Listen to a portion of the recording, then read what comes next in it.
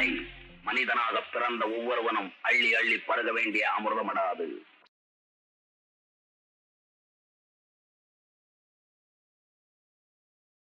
Character அப்புறம் characterisation, கதாபாத்திரங்கள், கதாபாத்திரத்துடைய உருவாக்கம், இதை பற்றி நம்ம நல்லா தெரிஞ்சுக்கணும். ஒரு ஸ்க்ரீன் பிளே ரைட்டராக இருக்கும்போது நம்ம ஒரு கதை எழுதணும் அப்படின்னு நினைக்கும்போது நமக்கு வரக்கூடிய முதல் விஷயம் கதாபாத்திரங்கள். சில பேர் சம்பவங்கள்லேருந்து கதாபாத்திரங்களை உருவாக்குவாங்க. சில பேர் கதாபாத்திரங்கள் மூலமாக சம்பவங்களை உருவாக்கி அதை ஒரு கட்டமைப்புக்குள்ளே கொண்டு அதுக்கு ஒரு கதை சொல்லுவாங்க. இப்போ கதாபாத்திரங்கள்னு ஒன்று இருக்குது, அப்புறம் எதுக்கு கதாபாத்திர உருவாக்கம்னு எதுக்கு வேணும், எதுக்கு கேரக்டரைசேஷன் வேணும் அப்படின்னு கேட்டிங்கன்னா, உங்களுடைய கதையை மக்கள் நம்புறதுக்கான ஒரு கருவி தான் அந்த கதாபாத்திர உருவாக்கம். நான் சொன்னேன் இல்லையா, 95% திரைப்படங்கள் கமர்ஷியலி அது ஃபெயிலியர் ஆகுது அப்படின்னு சொல்லிட்டு. உங்ககிட்ட நல்ல கதைக்கரு இருந்தாலும் கதாபாத்திரங்கள் அதுக்கு ஒரு தன்மை இல்லை, அதுக்கு ஒரு குணம் இல்லை, அதுக்கு ஒரு வடிவமைப்பு இல்லை அப்படின்னா அந்த திரைப்படங்கள் தோல்வி திரைப்படங்கள் தான் ஆகும். ஒரு வாரத்திற்கு பார்த்தீங்கன்னா கிட்டத்தட்ட ஒரு 4லேருந்து 5 புதிய திரைப்படங்கள் தமிழ்நாட்டில் ரிலீஸ் ஆகிட்டு இருக்கு. இதில் சில திரைப்படங்கள் தான் பார்வைக்கு வருது, சில திரைப்படங்கள் நம்முடைய பார்வைக்கு வராமலே போயிடுது. அப்படி பார்வைக்கு இதோடைய தலைப்பு நல்லா இருக்கே அப்படின்னு சொல்லிட்டு திரைப்படங்களுக்குள்ளே போகும்போது அங்கே பெரிய ஏமாற்றம் என்ன அப்படின்னா, அந்த கதாபாத்திரங்கள் சரியாக வடிவமைக்காமல் இருக்கிறதுனால தான் அந்த பிரச்சனை. அங்கே பார்வையாளர்களால் அந்த படத்தை பார்க்க முடியல. சில திரைப்படங்கள் ட்ரெய்லர் அளவில் பார்த்தீங்கன்னா ஒரு புதிய ஒரு முரண் இருக்குது, அதாவது கான்ஃப்ளிக்ட் இருக்குது. சரி நல்லா இருக்குது அப்படின்னு சொல்லிட்டு விமர்சகர்கள்லாம் அந்த திரைப்படங்களுக்கு போகும்போது அந்த கதை கரு தான் நல்லா இருக்குது, அந்த கான்ஃப்ளிக்ட் தான் நல்லா இருக்குது, அது நான் ட்ரெய்லரில் பார்த்துட்டு போனேன், ஆனால் கதாபாத்திரங்கள் அதுக்கு சார்ந்து இயங்க மாட்டேங்குது அப்படின்றதெல்லாம் அவங்க ஒரு விமர்சனமாக வைக்கிறாங்க. அப்போது கதாபாத்திரங்களை நான் படைச்சிட்டேனே, எதுக்கு அதுக்கு ஒரு உருவாக்கம் கொடுக்கணும், எதுக்கு ஒரு உருவம் கொடுக்கணும் அப்படின்றது படைப்பாளிகளுடைய ஒரு கேள்வியாக இருக்குது. இந்த இடத்துல நான் என்ன உங்களுக்கு தெளிவுபடுத்தணும்னு நினைக்கிறேன் அப்படின்னா, இப்போ கதாபாத்திரம் அப்படின்றது ஒரு விவசாயி அப்படின்னு வச்சுக்கோங்களேன். அந்த விவசாயின்றது கதாபாத்திரம் இருக்குது அப்படின்னு சொல்லி நம்ம கதையில் கடந்து போயிட முடியாது. அவர் விவசாயின்னு நம்புறதுக்கு நம்ம ஒரு உருவம் கொடுக்கணும் இல்லையா. அவர் என்ன மாதிரியான ஒரு உடை போட்டிருக்காரு, இப்போ ஒரு கோட் சூட் போட்டுட்டு ஒருத்தர் விவசாயம் பண்ணுறாரு அப்படின்னா நான் தான் விவசாயின்னு சொல்லிட்டேனே அப்படின்னு படைப்பாளிகள் சொல்ல முடியாது. அவரோட உருவாக்கத்தில் பார்த்தீங்கன்னா அவர் கோட் சூட் போட்டுட்டு எதுக்கு போய் விவசாயம் பண்ணணும், அப்போ அவர் என்ன பண்ணுறாரு அப்படின்ற ஒரு கேள்வி வரும். அப்போ அந்த கதையோட அந்த கதாபாத்திரம் ஒட்டாமல் போயிடுது. நீங்கள் என்னதான் ஒரு நல்ல நோக்கத்தில் அந்த கதைகள் எடுத்தாலும், நல்ல குறிக்கோளை மக்களுக்கு சொல்லணும்னு நினைச்சாலும், அந்த கதாபாத்திரங்கள் உருவம் சரியாக இல்லாமல் போகிறதுனால அது மக்கள் மனசில் அது தங்காமல் போயிடுது. அது நான் சொல்கிறது உடைகள் மட்டும் இல்லை, பழக்க வழக்கங்கள், அவங்களுடைய மேனரிசம்னு சொல்கிறோம் இல்லையா. சில பேர் அந்த திரைப்படங்களை நீங்கள் பார்த்துருப்பீங்க, வில்லன் அப்பப்போ மூக்கை அப்படியே உரிகிற மாதிரி, மூக்கை இது பண்ணுற மாதிரி ஒரு சில மேனரிசம்ஸ் காமிச்சிருப்பாங்க. சில பேர் கையை இப்படி இப்படி ஆட்டி ஆட்டி பேசுகிற மாதிரியான உருவாக்கம் பண்ணியிருப்பாங்க. இப்போ இதெல்லாம் அந்த கதாபாத்திரங்களுக்கு பொருந்தி வருதா? இப்போ ஒரு கலெக்டரை நீங்கள் காமிக்கிறீங்க, அந்த கலெக்டர் எப்போ பார்த்தாலும் டான்ஸ் ஆடுற மாதிரி தோலை அப்படியே ஆட்டிக்கிட்டே இருக்காரு, அப்போ நீங்கள் அவர் கலெக்டர்னு எப்படி நீங்கள் நம்புவீங்க? அந்த கலெக்டர்ன்றவர் சாதாரண ஒரு அழுக்கு ட்ரெஸ் போட்டிருக்காரு அப்படின்னா அவரை நீங்கள் கலெக்டர்ன்றது எப்படி நீங்கள் நம்புவீங்க? அவர் எல்லார்ட்டையும் ஒரு கலக்கியலான ஒரு பாஷையில் பேசுகிறாரு அப்படின்னா நீங்கள் அவருக்கான மரியாதையை நீங்கள் திரையிலையும் கொடுக்க மாட்டீங்க, நிஜ வாழ்க்கையிலையும் கொடுக்க மாட்டீங்க இல்லையா. அப்போ கதாபாத்திரம் நீங்கள் எவ்வளவு 100 வகையான கதாபாத்திரங்களை படைச்சாலும் ஒரு திரைப்படத்தில் உங்களுக்கு ஒரு 20 முக்கியமான கதாபாத்திரங்கள் தேவையாக இருந்தாலும் அந்த கதாபாத்திரங்களை சரியாக உருவகப்படுத்தினா மட்டும்தான் அந்த கதையில் போய் உட்காரும். இப்போ ஒரு கதாநாயகன் கேங்ஸ்டர் அப்படின்னு வச்சுக்கோங்களேன், ஆனால் அவர் எந்த ஒரு சண்டையும் போட்டு நம்ம பார்த்ததே இல்லைன்னு வச்சுக்கோங்க, அப்படின்னா அவரை நீங்கள் கேங்ஸ்டர்னு எப்படி நீங்கள் நம்புவீங்க? இப்போ சண்டை போடுறவங்க தான் கேங்ஸ்டர் அப்படின்ற மாதிரி இல்லை, ஆனால் அந்த கேங்கை அவர் எப்படி மெயின்டைன் பண்ணுறாரு, அவர் கீழே ஒரு 10 அடியாள் இருக்காங்க, அவங்க என்ன தொழில் செஞ்சதுனால அவங்களுக்கு கேங்ஸ்டர்னு பேர் வந்துச்சு, அந்த தொழிலை அவங்க எப்படி செஞ்சாங்க, எவ்வளோ காலமாக அதை செஞ்சிட்டு இருக்காங்க, அவங்களுக்கு பிரதம எதிரிகள் வந்து யார் யார், இதெல்லாம் நம்ம கேள்வி கேட்க கேட்க தான் அந்த கதாபாத்திரங்கள் அப்படின்றது நம்ம ரொம்ப ஸ்ட்ராங்காக அமையும். இதுதான் நம்ம கேரக்டர் மேட்டர்ஸ் அப்படின்ற ஒரு புக்கு மூலயமா உங்களுக்கு வந்து சொல்கிறோம். அப்போ கேரக்டர் அப்படின்றது நீங்கள் எவ்வளவு கேரக்டரை வேணால் உங்களால் உருவாக்க முடியும், ஆனால் அந்த கேரக்டரை வச்சு உங்களால் ஒரு நல்ல கதை சொல்ல முடியாது. அந்தந்த கதைக்கு ஏற்ற மாதிரி அந்த கேரக்டரைசேஷன் பண்ணணும். சரிங்களா? இப்போ ஒரு உதாரணத்துக்கு நீங்கள் இட்லி மாவு வாங்கி வச்சுருக்கீங்க அப்படின்னு வச்சுப்போம். அந்த இட்லி மாவு தான் கேரக்டர். ஆனால் நான் தான் இட்லி மாவு வாங்கி வச்சுட்டேனே, நான் இட்லி சாப்பிட்டேன்னு நீங்கள் நினச்சிக்கோங்க, நான் தோசை சாப்பிட்டேன்னு நீங்கள் நினச்சிக்கோங்க அப்படின்னா அது உருவாக்கம் கிடையாது. ஸோ நான் அந்த இட்லி மாவை என்ன பண்ணுறேன், இட்லி சுட்டேன்னா சாப்பிட்றேன்னா, இல்லை தோசை ஊற்றுனேன்னா தோசை சாப்பிட்டேன்னா, இப்போ அதுக்குள்ளே ரவா கலந்து ரவா தோசை ஆக்குனேன்னா, கோதுமை கலந்து கோதுமை தோசை ஆக்குனேன்னா, இல்லை அந்த மாவெல்லாம் தீந்து போகிற ஸ்டேஜ் வரும்போது அது கூட இன்னும் சில இன்க்ரீடியன்ஸ்லாம் போட்டு நான் பணியாரமாக சாப்பிட்டேன்னா, அப்போது ஒரே ஒரு இட்லி மாவுக்குள்ளார எவ்வளவு கேரக்டரைசேஷன் ஒளிஞ்சிருக்கு பார்த்தீங்களா? அப்படின்னா ஒரு விவசாயி நம்ம எடுத்தோம்னா அவன் நல்லவனாக இருக்கலாம், கெட்டவனாக இருக்கலாம், அவன் கிரே ஷேடில் இருக்கலாம், அவன் வந்து மற்றவனுக்கு உதவி செய்கிறவனாக இருக்கலாம், மற்றவனோட காலை பிடிச்சி இழுக்கிறவனாக இருக்கலாம். அதுதான் நான் சொல்ல விஷயம். ஒரு இட்லி மாவு வச்சு உங்களால் இவ்வளோ உருவாகம் கொடுக்க முடியும் அப்படின்னா ஒரே ஒரு கதாபாத்திரத்தை வச்சு கதாபாத்திர தன்மைகளை நம்ம நிறையா உருவாக்க முடியும். அதை வடிவமைக்க தான் அந்த கதைக்கு ஏற்ற மாதிரி நம்ம உருவாக்கம் கொடுக்க தான் அந்த கதை வந்து ரொம்ப ஸ்ட்ராங்காக இருக்கும், மக்களுக்குடையும் போய் சேரும். இந்த கேரக்டரைசேஷனில் நான் முன்னாடி சொன்னேன் பார்த்தீங்களா, ஸ்டோரி டெல்லிங் ஸ்ட்ரக்சர். ஒவ்வொரு நாட்டுக்கும் ஒவ்வொரு விதமான பின்புலம் இருக்குது, கதை சொல்லும் பின்புலம் இருக்குது, கதை எப்படி தோன்றுனுச்சு அப்படின்னு சொல்லிட்டு வரலாறுகள் இருக்குது. அந்தந்த மண் சார்ந்து தான் அவங்க வந்து கதைகள் சொல்லிட்டு இருக்காங்க அப்படின்னு நான் சொன்னேன். இப்போ கேரக்டரைசேஷனை வந்து இந்த ஸ்டோரி நரேட்டிவ் கூட வந்து நம்ம சேர்த்து பார்க்கணும். ஸோ இந்த இடத்துல தான் திரைக்கதை ஆசிரியர்கள் வந்து தவறுகள் வந்து செய்கிறாங்க. என்ன செய்கிறாங்க அப்படின்னா, இப்போ இந்தியாவில் இருக்கக்கூடிய ஒரு கல்லூரி பேராசிரியர் அப்படின்னு வச்சுக்கோங்க, அமெரிக்காவில் இருக்கக்கூடிய கல்லூரி பேராசிரியர், ஈரானில் இருக்கக்கூடிய கல்லூரி பேராசிரியர், கொரியாவில், ஜப்பானில், ஃப்ரெண்ட்ஸில், அப்புறம் வந்து நைஜீரியாவில், இங்கெங்கெல்லாம் இருக்கக்கூடிய கல்லூரி பேராசிரியர் அப்படின்னு வச்சுக்கோங்க. இவங்க எல்லாரும் ஒன்றா அப்படின்னு கேட்டிங்கன்னா ஒன்று கிடையாது. அவங்களுடைய கதாபாத்திரத்துடைய பெயர் மட்டும்தான் ஒன்று. ஆனால் கதாபாத்திரத்துடைய வடிவமைப்பு, உருவாக்கம் இதெல்லாம் வேறு வேறு. இங்கே இருக்கக்கூடிய ப்ரொஃபஸர்ஸ் வந்து ஸ்டூடெண்ட்ஸ் கிட்ட எப்படி பேசுகிறாங்களோ, அமெரிக்காவில் இருக்கக்கூடிய ப்ரொஃபஸர்ஸ் வந்து வேறு மாதிரி அந்த ஸ்டூடெண்ட்ஸ் கிட்ட பேசுவாங்க. ஈரானில் வேறு மாதிரி இருக்கும், ஜப்பானில் வேறு மாதிரி இருக்கும். அப்போ நான் எதுக்காக இதுக்கு முன்னாடி ஒவ்வொரு நாட்டிலையும் ஒவ்வொரு மாதிரியான கதை சொல்லும் பாங்கு இருக்குன்றதை நான் வந்து சொன்னேன்றதை இப்போ இந்த கதாபாத்திரங்களை வச்சு நீங்கள் வந்து புரிஞ்சுக்கணும். கதாபாத்திரங்கள் வேறு, கதாபாத்திர உருவாக்கம் வேறு அப்படின்னு நம்ம சொல்லும்போது, இந்தியாவிலே வந்து பார்த்தீங்கன்னா தமிழ்நாட்டில் இருக்கக்கூடிய ஒரு கதையாக இருக்கும்போது அதில் இருக்க ஒரு தாதா வராரு, ஒரு கேங்ஸ்டர் வராரு அப்படின்னா அவருடைய பழக்க வழக்கங்கள் வந்து வேற மாதிரி இருக்கும், உடல் அசைவுகள் வேற மாதிரி இருக்கும், உடல் மொழிகள் வேற மாதிரி இருக்கும்.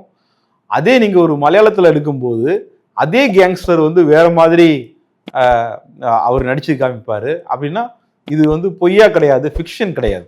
ஓகே, இது யாருடைய கற்பனையும் கிடையாது. அந்தந்த ரியல் வேர்ல்டில் என்ன நடக்குதோ அதை தான் நான் இங்கே சொல்லிட்டு இருக்கேன். அப்போ இந்தியாவிலே வந்து நீங்கள் பார்த்தீங்கன்னா ஒரே கேரக்டர் வந்து அந்தந்த மாநிலத்துக்கு வேற வேற மாதிரி இயங்குது. அப்படிங்கும்போது ஒவ்வொரு நாட்டுக்கும் ஒரே கதாபாத்திரங்கள் எப்படி இயங்கும்?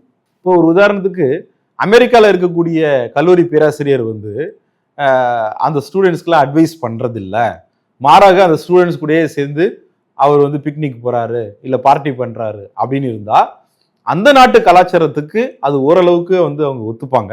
அதாவது ஒரு கல்லூரி பேராசிரியர் வந்து அந்த பிள்ளைகளை வந்து கெடுக்கிறாரு அப்படின்றத அது அவங்க கலாச்சாரம்ன்றது நான் சொல்ல வரல. ஆனால் அங்கே வந்து பார்த்தீங்கன்னா கிளாஸ் ரூமில் மட்டும்தான் நீங்கள் வந்து ஸ்டூடெண்ட்ஸு வாத்தியார் அப்படி தான் இருப்பாங்களே தவிர, அந்த கல்லூரியிலேருந்து வெளியில் வந்ததுக்கப்புறம் அவங்க வேறு வேறு சூழ்நிலையில் அவங்க இயங்கிட்டு இருப்பாங்க. ஆனால் இங்கே இருக்கக்கூடிய கல்லூரி பேராசிரியர்களும் மாணவர்களும் பார்த்தீங்கன்னா இங்கே வேற ஒரு சூழ்நிலை இருக்காங்க. கல்லூரியில் இருக்கும்போதும் அவங்க மரியாதை கொடுக்கணும், கல்லூரியிலேருந்து வெளியில் வந்ததுக்கப்புறமும் அந்த பேராசிரியருக்கு மரியாதை கொடுக்கணும். எந்த ஒரு பேராசிரியரும் மாணவர்களோட சேர்ந்து வெளியில போய் ஊர் சுத்தினாரு, அவர் சிகரெட் குடிச்சாரு, தண்ணி அடிச்சாரு அப்படின்றத பரவலா உங்களுக்கு வந்து இந்தியாவில் பார்க்க முடியும். அங்கங்க சில விஷயங்கள் இருந்தாலும் அது ஒரு பொதுவான கருத்து இங்க கிடையாது. இப்ப ஜப்பான்கள் அந்த நாட்டு கலாச்சாரத்துக்கு வேற மாதிரி இருக்கும். ஸோ நீங்க திரைக்கதை எழுதும் போது இதை ஒரு சாம்பிளா நீங்க எடுத்துக்கணும். நம்ம நாட்டு கலாச்சார பின்னணி என்ன, என்ன சொன்னா மக்களுக்கு அது புரியும், பிடிக்கும் பிடிக்காது அப்படிங்கிறது வேற, எது சரி எது தவறுன்றது வேற, எது காலத்திலேருந்து கடந்து போயிடுச்சு, எது வந்து ஒரு முற்போக்கு சிந்தனை எது பிற்போக்கு சிந்தனைங்கிறதுலாம் டோட்டலா டிஃப்ரெண்ட். ஆனா ஒரு விஷயம் இன்னும் இயங்கிட்டு இருக்கு பாத்தீங்களா, பல ஆயிரக்கணக்கான வருஷமா பிள்ளைகள் வந்து அப்பாவை வந்து அறிவு சார்ந்ததா இருக்கு, அம்மாவுக்கு அன்பை சார்ந்ததா இருக்கு. இது நீங்க என்னதான் நீங்க மாத்தி அது பண்ணணும்னு நினைச்சாலும் அன்புன்னா அம்மா தான் அப்படின்றது தான் வந்து குழந்தைகளுக்கு வந்து தெரியுது. இது வந்து அன்புன்னா அம்மா கிடையாது, அம்மா வந்து பிள்ளைக்கு வந்து எதிரி அப்படின்னு சொல்லிட்டு நீங்க ஒரு படம் எடுக்கலாம், அந்த படம் ஹிட் ஆகும், அந்த கதை வந்து வரவேற்பு பெறும். ஆனா ஒவ்வொரு திரைப்படத்திலையும் அப்படியே நீங்க வைக்க முடியாது. ஸோ நான் சொல்ல வர கருத்து என்னன்னா, ஒரு டைப் ஆஃப் ஸ்டோரி டெல்லிங் போயிட்டே இருக்கும்போது அதுல போர் அடிச்சு போய் புதிய வகையான கதை சொல்லிக்கு மக்கள் தயாராக தான் இருப்பாங்க. ஆனா அதையுமே நம்ம கண்டினியூ பண்ணிட்டோம்னா அதுலேயுமே வந்து அவங்க அதுலேருந்து வெளியில வர்றதுக்கு அவங்க முயற்சிகள் செஞ்சுட்டே இருப்பாங்க. ஸோ திரைக்கதை ஆசிரியர்கள் வந்து ஒவ்வொரு நாட்டுக்கும் என்ன பின்புலம் இருக்கு, எப்படி அந்த கதை சொல்லி உருவாகி இருக்கு, எதை வந்து நம்ம வந்து பிற்போக்குன்னு சொல்லிட்டு தள்ள முடியாது, எதை முற்போக்குன்னு சொல்லிட்டு அதிகமாக சொல்ல முடியாது அப்படின்றதெல்லாம் என்னன்றது தெரிஞ்சுக்கிட்டு அதுக்கேற்ற மாதிரி கதையை வடிவமைக்கணும். ஒவ்வொரு நாட்டுக்கும் ஒவ்வொரு கதை சொல்லும் பாங்கு இருக்குன்னு சொல்லியிருக்கேன். அந்த நாட்டுக்கு ஏற்ற மாதிரி கதாபாத்திரங்களுக்கான பாங்குகள் இருக்கு அப்படின்னு சொல்லியிருக்கேன். இந்த கதாபாத்திரங்களுக்கு அப்படின்னு சொல்லிட்டு ஒரு முறையும் இருக்கு, இந்த கதைக்கு ஒரு முறையும் இருக்கு. இதுதான் ஆங்கிலத்தில் வந்து நம்ம பேட்டர்ன் அப்படின்னு நம்ம சொல்றோம். பேட்டர்ன் அப்படின்றது ஒரே விஷயத்த நம்முடைய கவனத்திற்குள்ள இல்லாம, நம்முடைய கான்சியஸ்னஸ்ல இல்லாம மறுபடியும் நம்ம அதே விஷயங்கள் செய்வோம். அது தவறாகவும் இருக்கலாம், இல்லை அது சரியாகவும் இருக்கலாம். உதாரணத்துக்கு வந்து இவர் பெரிய தர்மவானுங்க, இவர்கிட்ட போனால் போதும் கையில் இருக்கிற காசெல்லாம் வந்து அவர் வந்து எடுத்து கொடுப்பாரு, இவர்கிட்ட போனால் போதும் கஷ்டம்னு சொல்லிட்டா போதும் அவங்க வந்து சாப்பாடு போடாமல் அவர் அனுப்பவே மாட்டார் அப்படிலாம் இருக்குது பார்த்தீங்களா. இதெல்லாம் வந்து என்ன அப்படின்னா ஒவ்வொரு கதாபாத்திரத்தோடைய முறை, அவங்க வந்து அப்படிதான் உருவாகி இருப்பாங்க. அதை வந்து ஆங்கிலத்தில் ஆர்கிடைப் அப்படின்னு வந்து சொல்கிறோம். இந்த ஆர்கிடைப் பற்றி நம்ம பின்னாடி ஒரு காணொலியில் பார்க்கலாம். ஆனால் இப்போ நம்ம என்ன தெரிஞ்சுக்கணும் அப்படின்னா, நீங்கள் நான் எல்லா படைப்பாளிகள் எல்லா மக்களும் ஒவ்வொரு ஜீவராசிகளும் ஒவ்வொரு பேட்டர்னில் தான் நம்ம வந்து இயங்கிட்டு இருக்கோம், ஒவ்வொரு முறையில் தான் செஞ்சிட்டு இருக்கோம். நம்ம வாழ்க்கையில் ஏன் முன்னேறலை அப்படின்னு நீங்கள் கேள்வி கேட்டிங்கன்னா, ஒரு பேட்டர்னுக்குள்ளே போயிட்டு நம்ம அடைக்கலமாக தஞ்சம் புகுந்துருவோம், நமக்கே தெரியாது. அதை வந்து மூணாம் நபர் வந்து பார்த்து நீங்கள் இந்த மாதிரியான ஒரு பேட்டர்னுக்குள்ளே போய் மாட்டிக்கிட்டீங்க, இதுலேருந்து நீங்கள் வெளியில் வந்தால் தான் நீங்கள் வாழ்க்கையில் ஜெயிக்க முடியும் அப்படின்னு சொல்கிறதுக்கு நமக்கு ஒரு ஆள் தேவை. அங்கே தான் ஸ்கிரிப்டை பொறுத்தவரையிலும் பார்த்தீங்கன்னா ஸ்கிரிப்ட் ஆடிட்டர்ஸ் வந்து ஏன் இருக்காங்க அப்படின்னா, எழுத்தாளர்கள் வந்து எழுதும்போது அந்த பேட்டர்னுக்குள்ளே போய் மாட்டிப்பாங்க.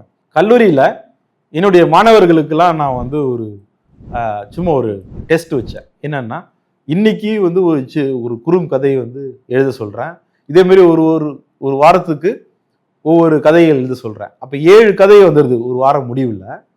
அந்த 7 கதையும் ஒப்பிட்டு பார்க்கும்போது அவங்க ஒரு பேட்டர்னுக்குள்ளே அடைஞ்சிருக்கிறது அவங்களுக்கே தெரியுது.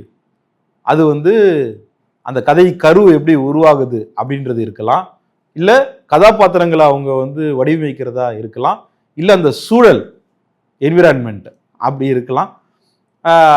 இது இப்படி ஒவ்வொரு விஷயமா வந்து பார்த்தீங்கன்னா அந்த விஷயங்களை வந்து நான் வந்து ஊர்ஜிதப்படுத்துகிறேன். எப்படின்னா, இந்த ஸ்டூடெண்ட்ஸுக்கெல்லாம் 7 கதையை எழுத வச்சு இந்த 7லுமே என்ன ஒற்றுமை இருக்குது அப்படின்னு பார்க்கும்போது அவங்களே சொன்னாங்க, ஆமாம் சார், நான் வந்து ஒரே கதாபாத்திரத்தை தான் மறுபடியும் படைச்சிட்டு இருக்கேன், ஒரே முரண்பாடை தான் மறுபடியும் நான் தொட்டுட்டு இருக்கேன், இல்லை ஒரே சூழலில் தான் நான் வந்து இயங்கிட்டு இருக்கேன், அது எனக்கே தெரியல அப்படின்னு.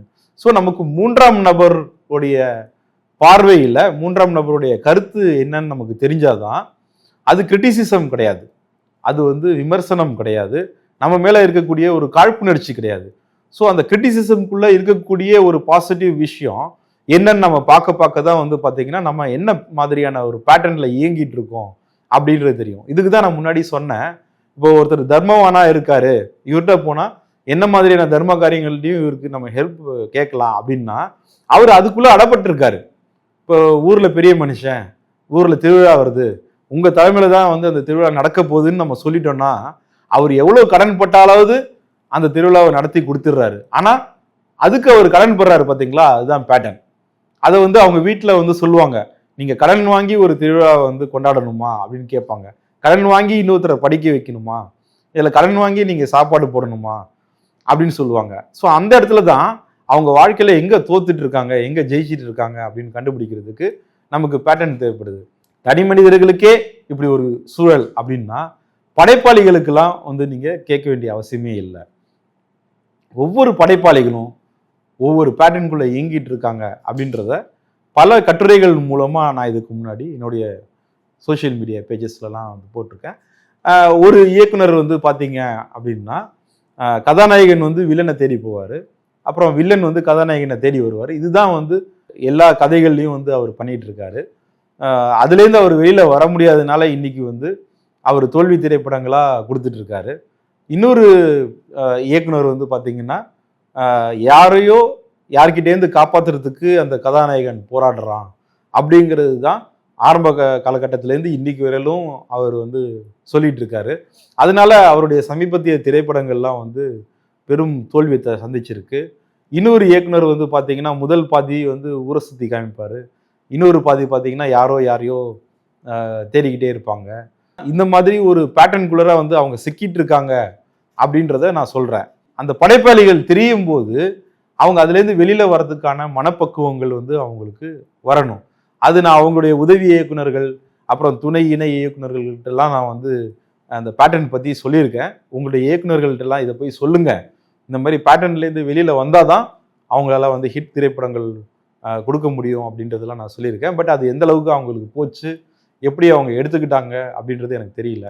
இது என்னுடைய ஸ்க்ரீன் பிளே ஆடிட்டிங்கில் நூற்றுக்கணக்கான திரைக்கதையை வந்து ஆடிட் செஞ்சும்போது நிறைய பேருக்கு நான் சொல்லியிருக்கேன், நீங்கள் ஒரே மாதிரி தான் சிந்திக்கிறீங்க, ஏன் வந்து நீங்கள் ஒரு கதை எழுதணும் அப்படிங்கும்போது கதாநாயகன் வந்து போலீஸ் இன்ஸ்பெக்டர் அப்படின்னு ஏன் முதல்ல எழுதிடுறீங்க அப்படின்னா அந்த இயக்குனர் வந்து எனக்கு என்னமோ தெரியல, நான் வந்து போலீஸ் தரது தான் எனக்கு வந்து கதை சொல்லவே எனக்கு தெரியுது அப்படின்றாரு. சரி, அது தெரியுது உங்களுக்கு, அந்த பேட்டர்ன்லேருந்து நீங்கள் வெளியில் வந்தால் தான் நீங்கள் நல்ல நல்ல கதைகள் வந்து உங்களால் கொடுக்க முடியும்.